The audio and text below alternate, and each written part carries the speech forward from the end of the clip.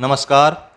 इस समय हम मौजूद हैं भारतीय किसान यूनियन के युवा जिलाध्यक्ष वीरेंद्र माघो के पास, जिनको पिपली में होने वाली किसान रैली से पहले प्रशासन ने हिरासत में ले लिया था और बाद में उनको छोड़ दिया गया।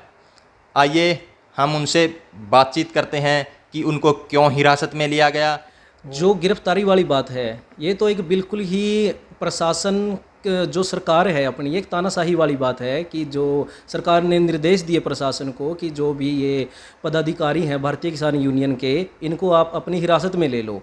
ये एक लोकतंत्र का देश है, लोकतंत्र देश है अपना। यहाँ पे किसान, मजदूर या कोई व्यापारी भी अपनी आवाज़ उठाने का एक अपना जो उसका कर्तव्य है वो रखता है। तो ऐसे में जब हमें सूचना मिली कि पहले होशियार गिल जी को प्रशासन द्वारा हिरासत में लिया गया, फिर उसके बाद मैं भी घर वालों को बोल के कल कि ऐसे ऐसे घर पे पुलिस आ सकती है, तो मैं घर से निकल गया था।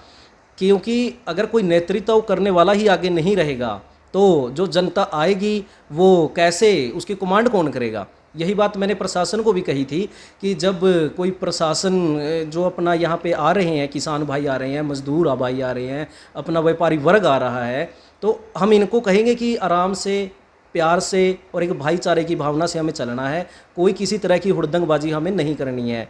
तो मैंने इनको कहा कि आप मुझे बाहर रहने दो, हम बिल्कुल ही शांतिप्रिय ढंग से यहाँ से चलेंगे।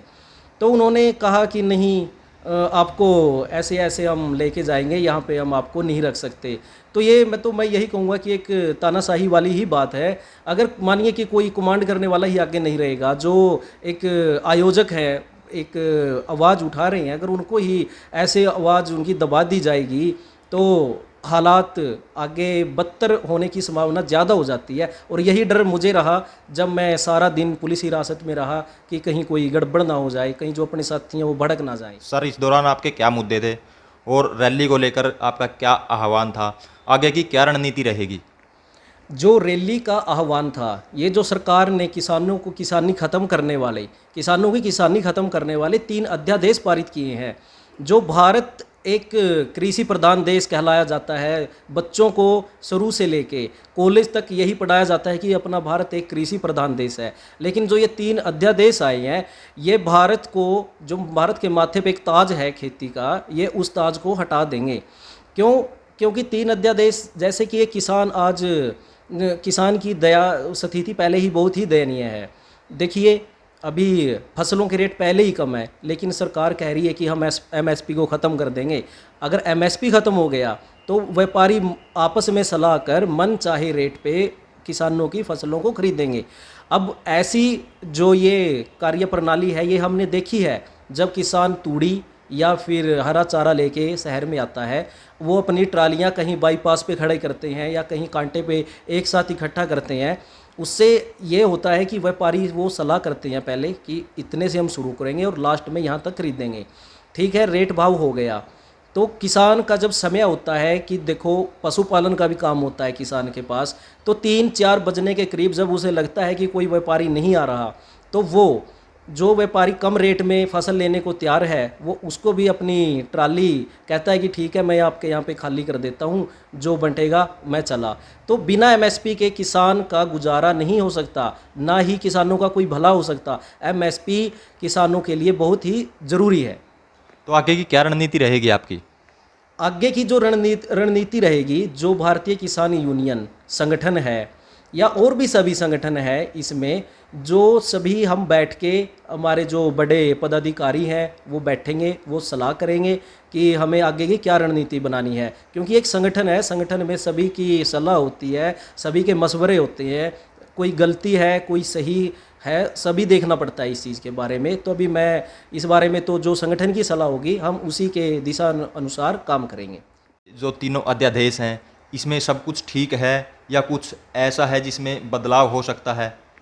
नहीं, जो ये तीनों अध्यादेश हैं ये कहीं से भी ठीक नहीं है। चलो बात करते हैं पहले मंडी से, व्यापारी वर्ग से। अभी किस सरकार कह रही है कि अगर मंडी के अंदर फसलों की खरीद होगी तो टैक्स लगेगा, अगर मंडी के बाहर फसलों की खरीद होगी तो टैक्स नहीं लगेगा। सीधा सा इसका जो एक अर्थ निकल के आता है वो ये है कि सरकार मंडियों को ख़त्म करना चाहती है। तो इससे क्या होगा कि जो किसानों का और व्यापारियों का आपसी लेन देन का भाईचारा है वो ख़त्म हो जाएगा, और इससे किसानों को भी बहुत सारी दिक्कतें आएंगी। उन्हें ट्रालियां लेके अपने गांव के बाहर खड़ा होना पड़ेगा, कब कोई व्यापारी आएगा, कब कोई खरीदेगा, तो इससे नुकसान होगा। दूसरी बात कर, मैंने आपको जैसे ही हाल ही में बताया कि एमएसपी के बारे में मैं आपको बता ही चुका हूँ, वो किसान के बस की बात नहीं है। किसान अपना इतना पढ़ा लिखा नहीं है कि वो अमेरिका जैसे देश को इनमें टक्कर दे सके। और एक बात, एमएसपी कम सरकार यहाँ पे कह रही है कि जैसे हम यहाँ पे एमएसपी आपका करेंगे। मैं आपको बताना चाहता हूँ, अभी अमेरिका के अंदर एक किसान को 43,000 रुपये की 43 लाख रुपए की सब्सिडी वहाँ की सरकार देती है।